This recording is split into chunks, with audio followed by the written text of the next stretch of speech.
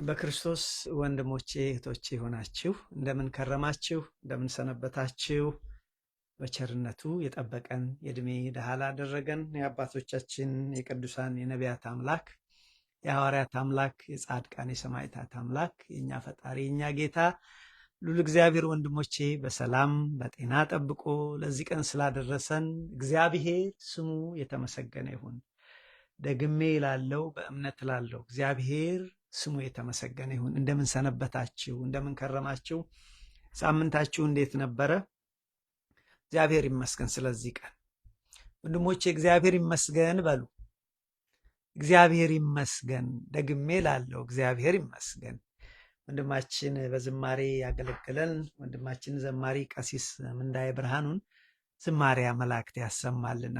ፍቅር ማረከኝ በዘመኔ በሕይወቴ በዘመኔ እግዚአብሔር ለኔ መድኃኒቴ ፍቅር ማረከኝ። ወይ እግዚአብሔር ፍቅር ሲገባን ወንድሞቼ አይደለም ነገራችንን ሕይወታችንን ለእግዚአብሔር እንሰጣለን። ይሄ መታደል ነው። በመንፈስ ቅዱስ ሆኖ ወንድማችን ያገለገለንን እናመሰግነዋለን። ይህንን ቃል እንድንሰማ ይህን ዝማሬ እንድንሰማ ይረደን አምላካችን እግዚአብሔር ስሙ የተመሰገነ ይሁን። ጥቂት ነገር እግዚአብሔር ቃል እግዚአብሔር መንፈስ ቅዱስ ያስተምረናል።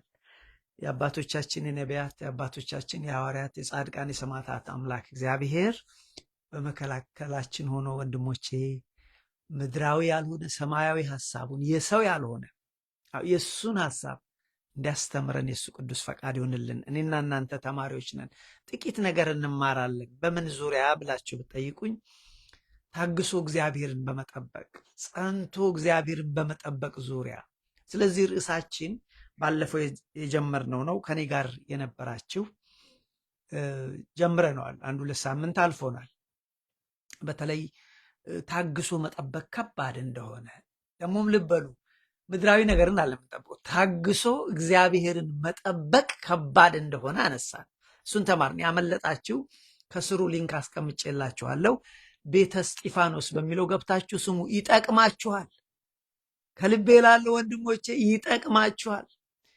ታግሶ እግዚአብሔርን መጠበቅ በተለይ በዚህ አስቸጋሪ በሆነ ዘመን ውስጥ ሕይወት ታፍ በሆነችበት መኖር ከባድ በሆነበት ጊዜ ከመስመር ሳይወጡ ሳይጎድሉ እግዚአብሔርን ጸንቶ መጠበቅ ወንድሞቼ ሰማያዊ እገዛ ይጠይቃል።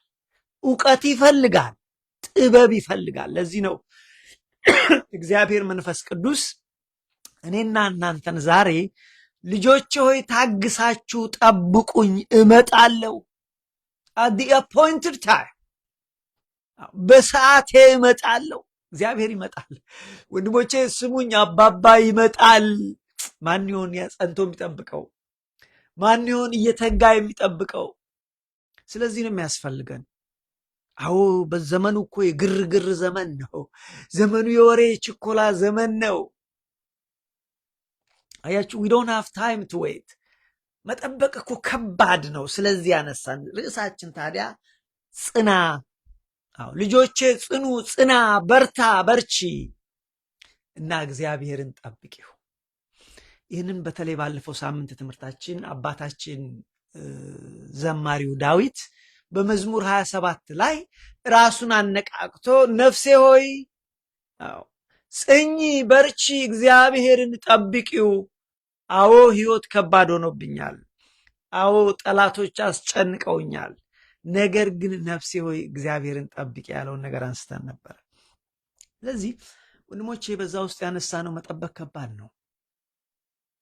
ታግሶ መጠበቅ በጣም ከባድ ነው አልኩ። ጠብቁ ሲባል እኔ ባለፈው ሳምንት ከኔ ጋር የነበራችሁ እንዳልኳችሁ if there is one wisdom I would love to learn, if there is one I should share, እግዚአብሔርን በትዕግስት መጠበቅን እጅግ መማር እንፈልግ ሰው ነኝ።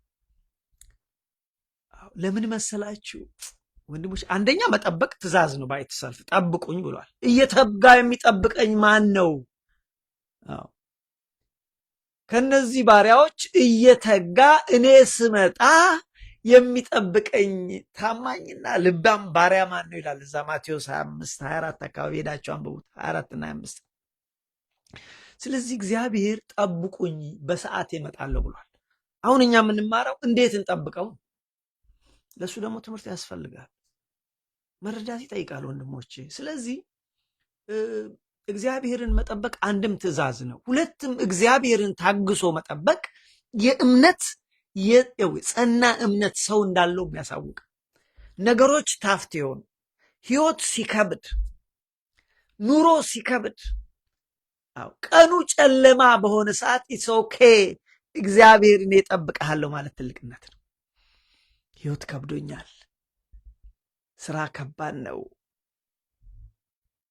ትዳር ከባድ ነው፣ ልጆች ማሳደግ ከባድ ነው፣ በሀገር ውስጥ መኖር ከባድ ነው፣ ከሀገር ውጭ መኖር ከባድ ነው። እንዲህ ሰዓት ላይ የእግዚአብሔር ሰዎች እንዴት ነው ጸንተው የሚጠብቁት እግዚአብሔርን ከመስመራቸው ተስፋ ቆርጦ እንዳይወድቁ?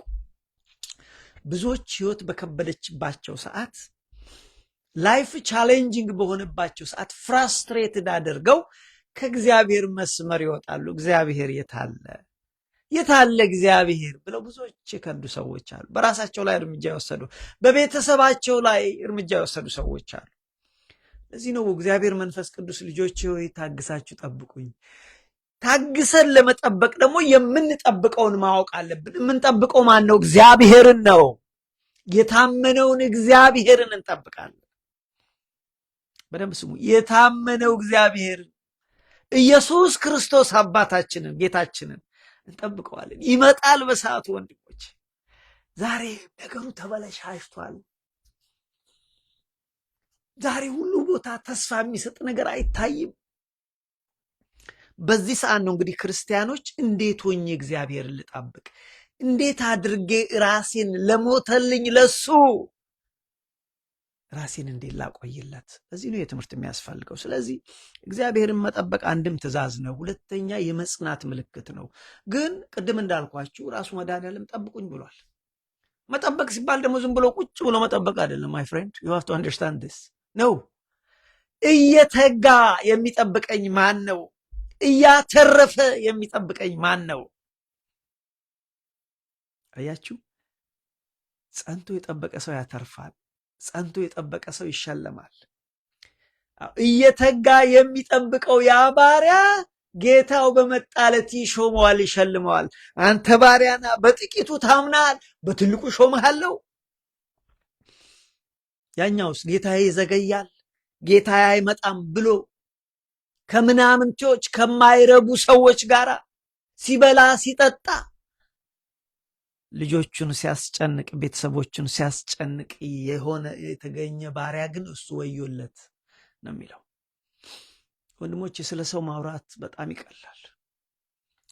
እኔ መሰረታዊ ነጥብ መጠበቅ ነው። እግዚአብሔርን ስለመጠበቅ ነው እየተማርን ያለ ነው እና መጠበቅ ቀላል አይደለም። እግዚአብሔርን ቀጠሮ በቀጠሮ ሰዓት መጠበቅ እንዴት ከባድ እና ግን ምን አልን ባለፈው? የእግዚአብሔር ሰዎች ግን ጠብቀው አተረፉ ብለን አነሳን። ለምሳሌ አባታችን ኖህ 120 ዓመት ጠበቀው እግዚአብሔርን። ሰዎች አንተ ሞኝ፣ አንተ ጅል፣ ይህንን አሁን ምን መንገዱን ሁሉ ዘግተህ ይህንን የሚያህል ነገር መርከብ የምትሰራ ይሉታል። 120 ዓመት ጠበቀ። ሰዎች ሁሉ ይሰድቡታል፣ ይስቁበታል። እኔማ አንዳንዴ ልጆቹ መጥተው አይ አባታችን ምን እያደረክ ነው? እንደው ሰው የሰፈሩ ሰው ሁሉ መቀለጃ እኮ አደረገን የሚሉት ይመስለኛል። አይደለም? ሰው እኮ የእግዚአብሔርን አገልጋይ መቀለጃ አድርጓል። ቅዱስ ጴጥሮስ ክርስቶስ እኛን መቀለጃ ያደረገን ይመስለኛል ይላል፣ ሰዎች አልሰማ ሲሉት። ምክንያቱም የእግዚአብሔር ሰዎች እንደ ዓለም አይሄዱ። አያችሁ፣ ሲሰድቧቸው አይሳደቡም፣ ሲመቷቸው አይመልሱም፣ ሲሰድቧቸው ይባርካሉ። ስለዚህ በዛን ባመመው ሰዓት ይመስለኛል ቅዱስ ጴጥሮስ አይ እግዚአብሔር እኛ ሐዋርያትን መቀለጃ ያደረገ ይመስለኛል ይላል። ዞሮ ዞሮ ነጥቤ ኖህ 120 ዓመት ጠበቀ። እንዴት ይከብድ ወንድሞቼ! በጣም አስቡ። እኔ ያልኩት 120 ሰዓት አላልኩም፣ ደቂቃ አላልኩም። 120 ሰዓት ደቂቃ አላልኩም። 120 ሰዓት አላልኩም። 120 ቀን አላልኩም። 120 ሳምንትና ወር አላልኩም። ወንድሞቼ 120 ዓመት። ለዚህ ነው እኛም ወንድሞቼ እግዚአብሔርን እንዴት መጠበቅ እንዳለብን መማር ያለብን። ስለዚህ 120 ዓመት ጠበቀ። ግን እግዚአብሔር ሲመጣ እውነትም ተባረከ። ሰው ሁሉ በንፍር ውሃ ሲያልቅ ኖህና ቤተሰቦቹ ግን እግዚአብሔር አዳናቸው። እስከ ዛሬም ድረስ አባታችን ኖህ እያልን ለእኛ የአጥቢያ ኮከብ ሆኖ ሁሌ እናነሳዋለን። የእግዚአብሔር ምርጥ አገልጋይ ነው። ሌላው ያነሳ ነው አባታችን አበብዙሃን አብርሃም ነው። አብርሃም እግዚአብሔር ውጣ ካለው ከዘመዶቹ ሀገር ከቤተሰቦቹ ሰፈር ወንድሞቼ 25 ዓመት ጠበቀ። አባታችን አብርሃም ጠብቅ ተባለ። እግዚአብሔር ቃል ኪዳን ሰጠው። ዘርህን እንደ አሸዋ አበዛዋለሁ፣ አንተ የምድር አሕዛብ በአንተ ዘር ይባረካሉ። ስለዚህ ውጣ እባርካለሁ አለው። አብርሃም ወጣ ወንድሞቼ ከዘመዶቹ። እንዴት ቀላል አይደለም። ከዘመዶቹ ከእናቱ ከአባቱ ቤት ከእህት ከወንድሞቹ ከወገኖቹ እግዚአብሔርን አምኖ ወጣ። ዘርህን ናለው ኮከቦችን አሳየው። አያቸው እነዚህን ከዋክብት አለው። አየውን የምድር አሸዋ፣ ዘርህን እንደ ምድር አሸዋ አበዛለሁ፣ አንተ ግን ጸንተ ጠብቀኝ። አዊልካም ማይ ሰን ኢብራሂም አዊልካም፣ እመጣለሁ ልጄ። እግዚአብሔር መንፈስ ቅዱስ ስማ ወንድሜ፣ ስሚ እህቴ፣ እኔና እናንተን እንደዛ ልጆቼ ጸንታችሁ ጠብቁኝ። ዓለም ስለተንሸራተተ አብራችሁ አትንሸራተቱ። ዓለም ስለከዳ እናንተ አትክዱ። ጸንታችሁ ጠብቁን ይላል። ይህን ቃል የምትሰሙ ወንድምና እህቶች እግዚአብሔር ጸንተን እንድንጠብቀው ይፈልጋል። ስለዚህ አባታችን አብርሃም ያ የተባለው ተስፋ አይደለም እንደ አሸዋ የሚሆን አይደለም እንደ ሰማይ ከዋክብት የሚሆን ዘር አንድ ዘር አላገኝ። ከ25 ዓመት በኋላ ነው የመጣው ይስሐቅ። ተስፋ ቆረጡ። እንደውም እውነቱን ለመናገር አብርሃም ሚስቱ ሳራ እንኳን ተስፋ ቆርጣ ያልከው እግዚአብሔር አልመጣም በሰዓቱ። ስለዚህ እባክህ እኔም እንግዲህ መቼም እንደምታይ አርጅቻለሁ፣ መውለድ አልችልም። ሀብት ንብረታችንን የሚወርስ ሰው መውለድ አለብን። ስለዚህ ከአገልጋይ ዘንድ ግባ አለችው። ሰው እንደዚህ ነው ይላችሁ። ሸርተት ልፈርድባት ፈልጌ አይደለም፣ ከቃሉ ግን የምንማርበት ነገር ስላለ። ስለዚህ አባታችን አብርሃም ሚስቱን ሰማና ሸርተት ብሎ የራሱን ዘር ፍለጋ ሄደ። በዚህ መልክ ነው እስካሁን ለይስሐቅና ለእስማኤል ምድራችን ጠብ ምክንያት የሆነው እስማኤል የተወለደው አያችሁ። ስለዚህ አባታችን አብርሃም ጠብቅ ነበር የተባለው። እግዚአብሔር ግን በሰዓቱ ይመጣል ወንድሞች። መጣ እኮ በኋላ ታዲያ ኦሪት ዘፍጥረት ምዕራፍ 18 በሰዓቱ እግዚአብሔር መጣ። ይሄው መጣና የዛሬ ዓመት አለው። አንድ ዓመት ጨመረ ደግሞ። የዛሬ ዓመት ሚስት ሳራ ትወልዳለች። ሳቀች ሳራ፣ ከት ብላ ሳቀች። አሁን እኔ ጨርቄው እንኳ አሮጊት አሁን እንዴት አድርጌ ነው የምወልደው? ይቀልዳል እግዚአብሔር ብላ ከት ሳቀች። ምን ነው ሳቀች? እኔ እኮ ጌታዬም አርጅቷል፣ እኔም እኮ ጨርቆኛለሁ አለች። እግዚአብሔር ግን ወገኖቼ ተስፋ በሚያስቆርጥ ህይወትን ሁሉ ህይወት ይሰጣል። እግዚአብሔር ሲመጣ ወንድሞቼ ባዶ የሆነው ሙሉ ይሆናል። እግዚአብሔር ሲመጣ ተስፋ የለውም ያልነው ነገር ተስፋ ይቀጥላል። ሞተ ሸተተ ያልነው ነገር ሕያው ይሆናል እግዚአብሔር ሲመጣ። ለዚህ ነው ጸንተን መጠበቅ። ሰማችሁኝ? ጸንቶ መጠበቅ ትልቅነት ነው። ስለዚህ አባታችን አበብዙሃን አብርሃም 25 ዓመት በኋላ እግዚአብሔር መጣ። ስለሱ በነገራችን ላይ ቅዱስ ጳውሎስ እሱን አስታውሶ በዕብራውያን መልእክቱ ዕብራውያን ምዕራፍ 6 ላይ እኛን ሲመክረን እነዛ እንደነ አብርሃም ያሉትን የተስፋው ቃል የጠበቁትን ጠብቀው ያገኙትን እነሱን ምሰሉ ይለናል። ዛሬም እግዚአብሔር ልጆቼ የተስፋውን ቃል ጠብቆ ያገኙት እነሱን ቅዱሳንን ምሰሉ፣ ቅዱሳንን ምሰሉ። ስለዚህ ቅዱስ ጳውሎስ በዕብራውያን መልእክቱ እንደዚህ አለ፣ የእግዚአብሔር የተስፋ ቃል መፈጸሙ የማይቀር ነውና እርግጠኛ ነውና እናንተ ጸንታችሁ ጠብቁ። የተስፋውን ቃል ጠብቀው እንዳገኙት እንደነዛ እንደ ቅዱሳን እናንተም ጸንታችሁ ጠብቁት ሲል እንዲህ አለ። ለምን? የእግዚአብሔር የተስፋው ቃል ይፈጸማል። እግዚአብሔር ያለው ነገር ወንድሞቼ ይፈጸማል። እንደዚህ አለ። ዕብራውያን ምዕራፍ 6 ከቁጥር 12 ጀምሮ በጻፈው መልእክቱ እንደዚህ ይላል፣ በእምነትና በትዕግስትም የተስፋውን ቃል የሚወርሱትን እንድትመስሉ እና አብርሃምን እንድትመስሉ እና ይስሐቅና ያዕቆብን በእምነትና በትዕግስት እና አብርሃም እና ይስሐቅ እና ያዕቆብ በእምነት በትዕግስት የተስፋውን ቃል ጠበቁ። ለእናንተም እግዚአብሔር የተስፋ ቃል ሰጥቷል። ክርስቶስ የተስፋ ቃል ሰጥቷል። እመጣለሁ፣ ልጆቼ ጠብቁኝ፣ ተመልሼ እመጣለሁ፣ እኔ ባለሁበት እናንተ ትሆናላችሁ፣ ጠብቁኝ አለ። እንደዚህ አለ፣ በእምነትና በትዕግስትም የተስፋውን ቃል የሚወርሱትን እንድትመስሉ እንጂ ዳተኞች እንዳትሆኑ፣ በምድር ላይ ዳተኞች እንዳትሆኑ፣ ተስፋው እስኪሞላ ድረስ እያንዳንዳችሁ ያን ተስፋ እስከ መጨረሻው ጠብቁ። የሚደንቅ ቃል ነው።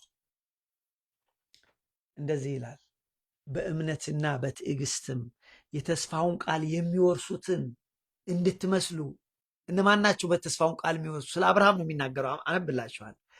በእምነትና በትዕግስትም የተስፋውን ቃል የሚወርሱትን እንድትመስሉ እና አብርሃም እንጂ ዳተኞች እንዳትሆኑ። ዳተኛ ማለት ምንድን ነው? ቸልተኛ፣ ሰነፍ፣ ልግመኛ። አያችሁ፣ ለዚህ እኮ ነው መጠበቅ ዝም ብሎ ቁጭ ብሎ መተኛት አይደለም፣ እየተጉ ነው። ስለዚህ ዳተኛ እንዳትሆኑ። ዳተኛ ማለት ምን ማለት ነው?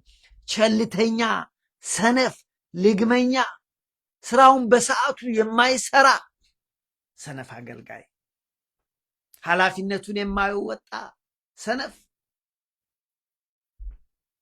ስለዚህ ዳተኛ እንዳትሆኑ፣ እግዚአብሔርን ጠብቁት። ግን መጠበቅ ማለት ቁጭ ብሎ ማለት አይደለም፣ አክቲቭ ሆኖ እየተጉ። ለዚህ ነው ዳተኞች አትሆኗል ቅዱስ ጳውሎስ። በእምነትና በትዕግስት የተስፋውን ቃል የሚወርሱትን እንድትመስሉ እንጂ ዳተኞች እንዳትሆኑ፣ ተስፋው እስኪገኝ ድረስ፣ ተስፋው እስኪሞላ ድረስ እያንዳንዳችሁ ያን ትጋት እስከ መጨረሻው፣ ትጋታችሁን እስከ መጨረሻው እንድታሳዩ እንመኛለን ካለ በኋላ እንደዚህ ይላል። ቁጥር 13 ላይ ስለ አብርሃም ሲናገር፣ አሁን ይህንን ያነሳሁት አብርሃም በትዕግስት እንደጠበቀ እግዚአብሔርን ከጠበቀ በኋላ እግዚአብሔር በሰዓቱ እንደመጣ እኛም እንደዚሁ ጸንተን ታግሰን ከባድ ቢሆንም ህይወት በዚህ ዘመን እግዚአብሔርን መጠበቅ እንዳለብን ለማሳየት ነው ይህንን የምናነበው። እንደዚህ ይላል ዕብራውያን ምዕራፍ 6 ቁጥር 13 ቅዱስ ጳውሎስ ስለ አብርሃም ሲናገር አብርሃም በተስፋ ጠበቀ ይላል።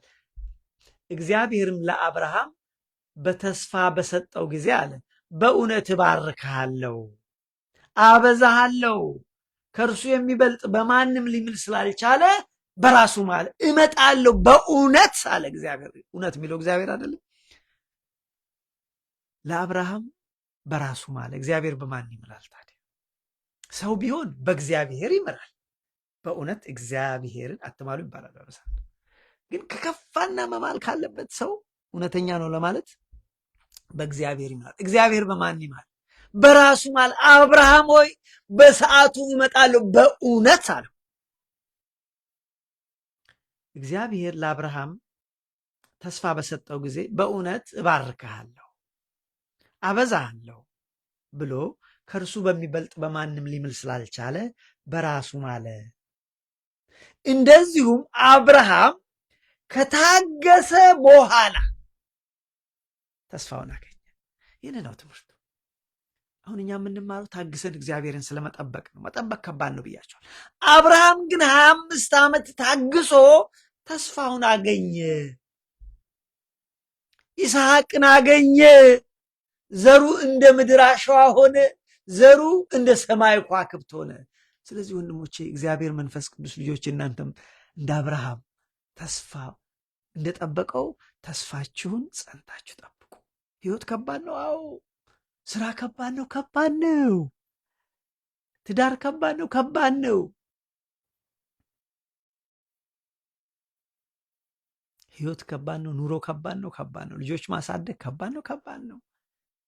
አያችሁ። ግን እግዚአብሔር ምን ይለናል? ጸንታችሁ ጠብቁ። ከሌላችሁ የሚለያችሁ የራሳችሁን ምድራዊ ስጋዊ ትብታብ ወይም ስጋዊ ሶሉሽን ከማምጣት ተግታችሁ እግዚአብሔርን ጠብቁ ነው የሚለን።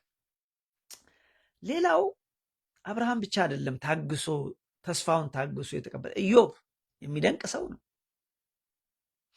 ኢዮብ የሚደንቅ ሰው ነው። እሱም ታግሶ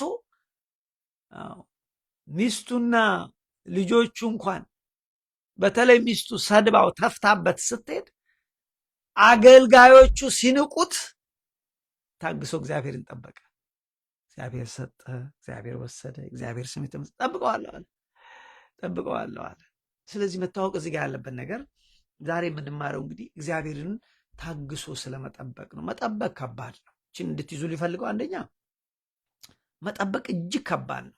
ስለዚህ ይህን ማወቅ መረዳት ከተረዳን በኋላ እግዚአብሔርን እንዴት መጠበቅ እንዳለብን መለማመድ ጥበብ ነው። የዋቱን መጠበቅ ደግሞ ቅድም ምን አለን ቅዱስ ጳውሎስ? ዳተኛ አትሁኑ አለ። መጠበቅ ዝም ብሎ ቁጭ የሚባል አይደለም፣ በትጋት ነው። ዳተኛ ማለት ሰነፍ። እንደውም በእኛ ሀገር እኮ አባባል ምን አለ መሰላችሁ? የበሬ ዳተኛ በመሃል ይተኛ የሚባል አባባል አለ። ሊያርስ አውጥተውት ሰነፍ ነዋ ይወድቃል። በቃ ያኛውን ጎትቶ ወዳለ። እንደዚህ እንዳትሆኑ ቅዱስ ጳውሎስ፣ እናንተ ግን ዳተኞች እንዳትሆኑ ሰነፎች እየተጋችሁ ጌታችሁን ጠብቋል። መጠበቅ እጅግ ከባድ ነው። ግን ምን ይፈልጋል? ማወቅ። ስለ መጠበቅ ማወቅ፣ መረዳት፣ መለማመድ ያስፈልጋል። የክርስትና ህይወት የሚለማመዱት ህይወት ነው ወንድሞች። እና ሴይንግ ኢትስ ኢዚ ቢሆን ምን ችግር አለው? ቢያንስ ከባድ መሆኑንም ማወቅ እኮ ትልቅነት ነው። እግዚአብሔር ሆይ እርዳን፣ ጌታ ሆይ እርዳን፣ ከብዶናል ግን አንተ እርዳን ብለን እንጸልያለን። ስለዚህ ጽኑ መሆን፣ ጸንቶ መጠበቅን መለማመድ። እኛ አሁን ጽኑ ብቻ ስለተባለ እኮ አይሆንም። ጽና እንጂ እንደ ጽና ስላልነው ሰው እኮ አይጸናም ዝም ብሎ። ግን ሲያቅ ተስፋውን ሲረዳ የሚጠብቀው ማን እንደሆነ የታመነ እንደሆነ ሲረዳ እመጣለሁ አይ ፕሮሚስ ማይ ሰን አይ ዊል ካም ብሎ አንድ አባት ልጁን፣ የታመነ አባት የውሸተኛ አይደለም ቃል እየገባ የሚተወሰዋል፣ የታመነ አባት ልጅን ማይ ሰን ዌይት ፎር ሚ ጠብቀኝ እዚች ጋር በእውነት እመጣለሁ አይዞ እመጣለሁ ካሉ ይጠብቃል። ለምን? አባቱን ያውቃል። አባቱ በቃሉ እንደሚገኝ። ውሸታም አባት ሁሌ ከሆነ አይጠብቀውም ልጁ። እዚህ እኛ ግን ያለን አባታችን የታመነ ነው፣ ይመጣል በሰዓቱ። አሁን መሰረታዊ ጥያቄ እንዴት እንጠብቀው? እንዴት እንጠብቀው? በምን ህይወት እንጠብቀው? ቁጭ ብለን እንጠብቀው አይደለም። መጠበቅ ቁጭ ማለት አለ ወንድሞች፣ እየተጉ መጠበቅ። ለዚህ ነው ራሱ መድኃኒዓለም እኔ እመጣለሁ ተመልሼ፣ በምመጣበት ሰዓት እየተጋ የሚጠብቅ ባሪያ ማን ነው እኮ ነው ያለው። ስለዚህ እግዚአብሔር ከኔና ከእናንተ የሚፈልገው እየተጋ የሚጠብቀውን ባሪያ ነው። ዳተኛውን አይደለም፣ ሰነፉን አይደለም።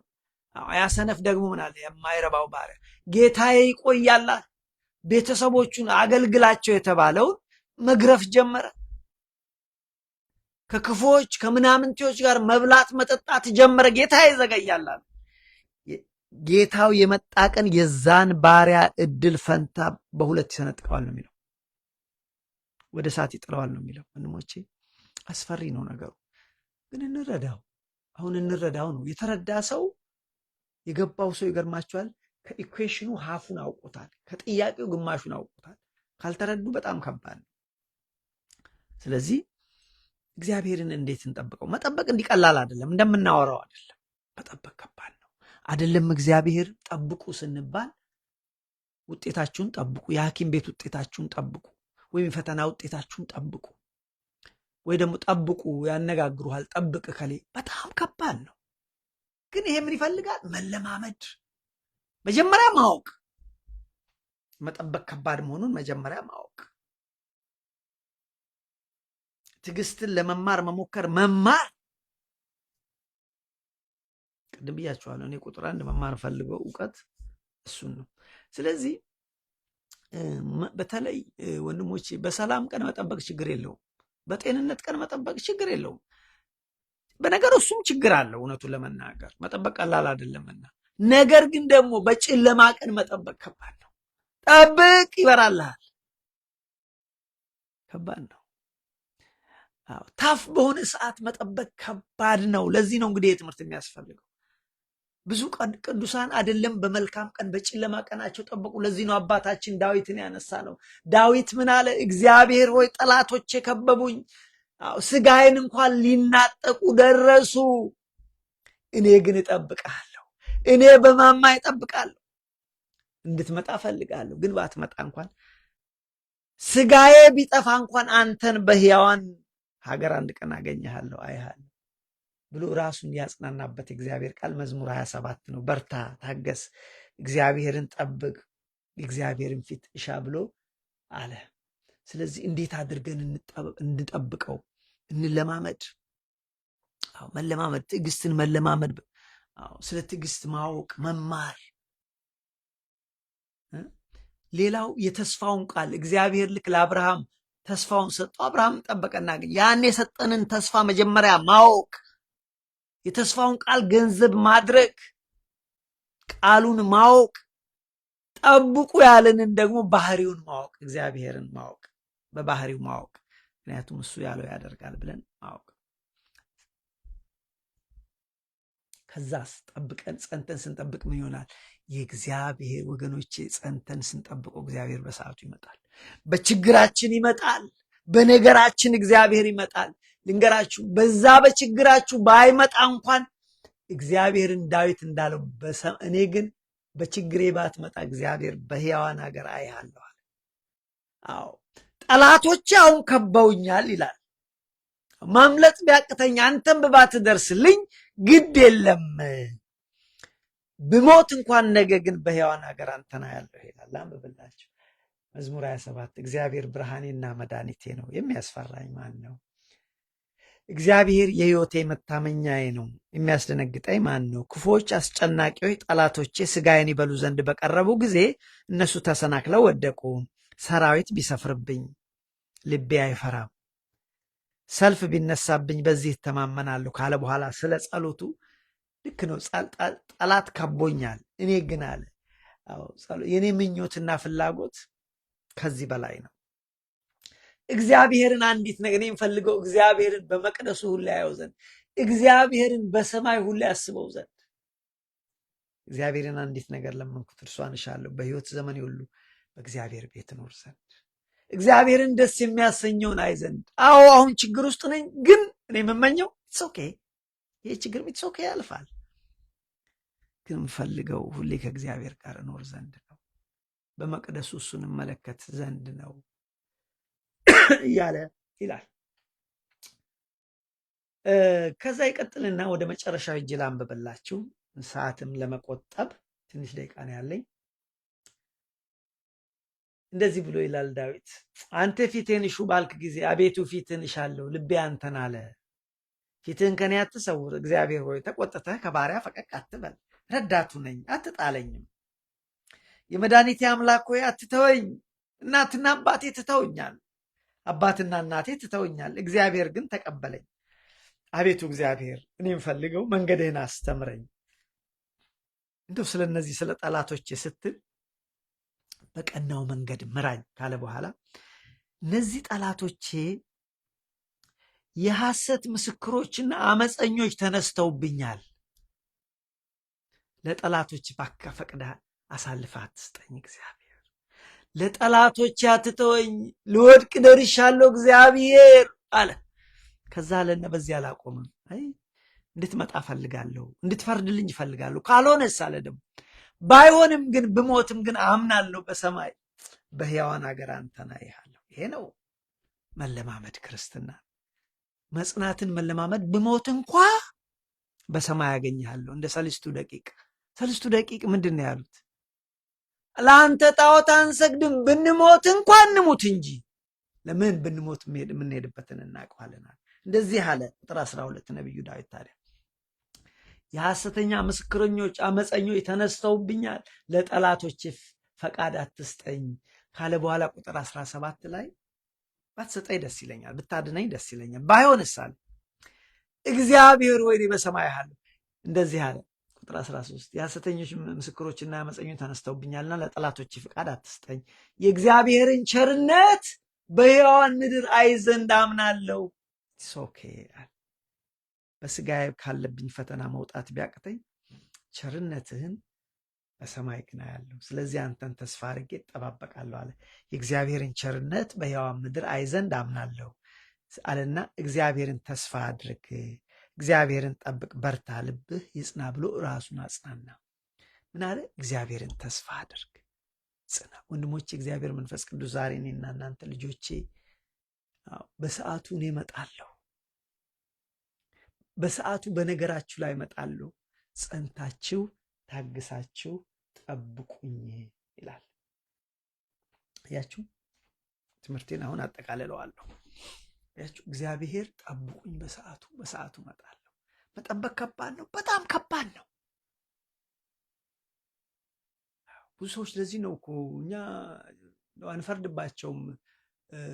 እንትን ያሉ ሰዎችን መፍረዳችን አይደለም። መጠበቅ ከባድ ነው። ኢዮብ ምን አለ?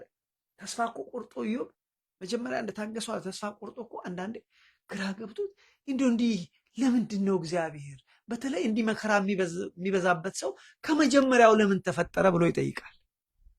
ላንብብላችሁ ኢዮብ 3 ላይ በትንሹ ላንብብላችሁ፣ በሚቀጥለው ሳምንት እንመጣበታለን። ኢዮብ ምዕራፍ 3 ላይ እንደዚህ ይላል ቁጥር 20 ላይ በመከራ ላሉ ብርሃን፣ ነፍሳቸው መራራ ለሆነችባቸው የተሰወረ ሀብትን ከሚቆፍሩ ይልቅ ሞትን ለሚጠባበቁ ግን ለማያገኟት ሰዎች፣ መቃብርን ባገኙ ጊዜ ደግሞ እልል ብለው ደስ ለሚላቸው ሰዎች፣ ሐሴትን ለሚያደርጉ ሕይወት ለመጀመሪያውኑ ለምን ተሰጣቸው? መንገዱ ለተሰወረበት ሰው፣ እግዚአብሔርን ባጥር ላጠረው ብርሃን ስለምን ተሰጠው? ለምን ተፈጠረ? መከራ ሰው የሚበዛበት ከሆነ እንደዚህ ፈተና ሰው የሚበዛበት ከሆነ ገና ከመጀመሪያው ሰው ለምን ተፈጠረ? እዚህ በተለይ ምርር ላላቸው በመከራ ላሉ ብርሃን ለምን ተሰጣቸው? ነፍሳቸው መራራ ለሆነችባቸው የተሰወረ ሀብትን ወይም ወርቅን ከሚቆፍሩ ይልቅ ሞትን ባገኙ ጊዜ ደስ ስለሚላቸው፣ መቃብርን ባገኙ ጊዜ እልል ለሚሉ ሰዎች፣ ሐሴት ለሚያደርጉ ለምን ሕይወት ተሰጠ ብሎ ይላል። ለምን? መጠበቅ ከባድ ነው። ፈተና ከባድ ነው። ፔኑ ከባድ ነው። ስለዚህ ይህንን ስንረዳ ግን እንዴት አድርገን ጸንተን እግዚአብሔርን እንጠብቀው? በተለይ በዚህ አስቸጋሪ ዘመን የሚለውን እንድንረዳ ያስፈልጋል፣ እንድንረዳ ይረዳናል። ስለዚህ ወንድሞቼ እንግዲህ የተነሳንበት ትምህርት ጽና፣ በርታ፣ ጸንተህ እግዚአብሔርን ጠብቅ። መጠበቅ ከባድ ነው። አዎ ከባድ ነው። ጸንተን እግዚአብሔርን መጠበቅ ግን እስከ መቼ ድረስ ነው እግዚአብሔርን የምንጠብቀው? እስኪመጣ። አንድ እህታችን ቅርብ ጊዜ አንድ ታሪክ ነግራኝ ልንገራችሁና ላቁ። ትልቅ ፈተና ውስጥ ገባች። ትልቅ ፈተና። በግራውም በቀኙ ያዘችው ክንብል ሲልባት፣ በግራው ያዘችው ክንብል ሲልባት፣ በፊቱ ያለው ክንብል ሲልባት፣ የገዛ ልጆቿ እስከ መቼ ድረስ ነው እንደዚህ የምንኖረው? እስከ መቼስ ነው እንደዚህ የምንጠብቀው አሉ። እግዚአብሔር በበሬ እስኪያልፍ፣ ወንድሞቼ ስሙ፣ እግዚአብሔር በበራችን እስኪያልፍ፣ እግዚአብሔር በቤታችን እስኪመጣ፣ እግዚአብሔር በሕይወታችን እስኪመጣ ጸንተን መጠበቅ አለብን። ይሄ መፈክር አይደለም። መጠበቅ አለብን ስላልን አንጠብቅ። በመማር ስንማር፣ ስናቅ፣ እግዚአብሔር ባህሪውን ስንረዳ፣ ታማኝነቱን ስናቅ፣ በሰዓቱ እንደሚመጣ ሲገባን ሸርተት ከማለት እንቆጠብና ይመጣል፣ አባቴን አውቀዋለሁ፣ የታመነ ነው ማለት እንችላለን ማለት ነው። ስለዚህ ወገኖቼ እንዴት እንጠብቀዋለን? ምን ማድረግ አለብን ለሚለው አንደኛ መማር፣ መረዳት፣ ሁለተኛ የተስፋውን ቃል አብዝቶ በልብ ጽላት ላይ መጻፍ እግዚአብሔር አደርገዋለሁ ያለው ይሆናል። ስለዚህ ተስፋውን መረዳት፣ ሁለተኛ የእግዚአብሔርን ቃል በደንብ አድርጎ ማወቅ። ለምን እየዘረዘርን እንጠቀመዋለን። የከፋ ቃል ችግር ሲመጣ እየዘረዘርን እንደ ክርስቶስ እኮ ሰይጣን ሲፈትነው ችግር ሲመጣ እየዘረዘረ ተጠቀመበታል። ራሱ አምላካችን መድኃኒታችን ኢየሱስ ክርስቶስ ሰይጣን መጥቶ የእግዚአብሔር ልጅ ከሆንክ እንደዚህ አድርግ፣ ከዚህ ላይ ዝለል፣ መላእክት ይዟል፣ እግዚአብሔር አምላክን አትፈታተን፣ እግዚአብሔር ልጅ ከሆንክ እስቲ እኔ ይህንን ሁሉ ሰጥሃለሁ፣ ይህንን የዓለም ከተማ ሰጥሃለሁ፣ እስቲ ስገድ፣ ለእግዚአብሔር አምላክ ብቻ ስገድ፣ እየዘረዘረ ተጠቀመ፣ አፉን አስያዘ። ስለዚህ እኛም እንደዛ ነው። ያስተማረን የመከረን የአባቶቻችን አምላክ እግዚአብሔር ስሙ የተመሰገነ ይሁን። ሰላሙ አሜን።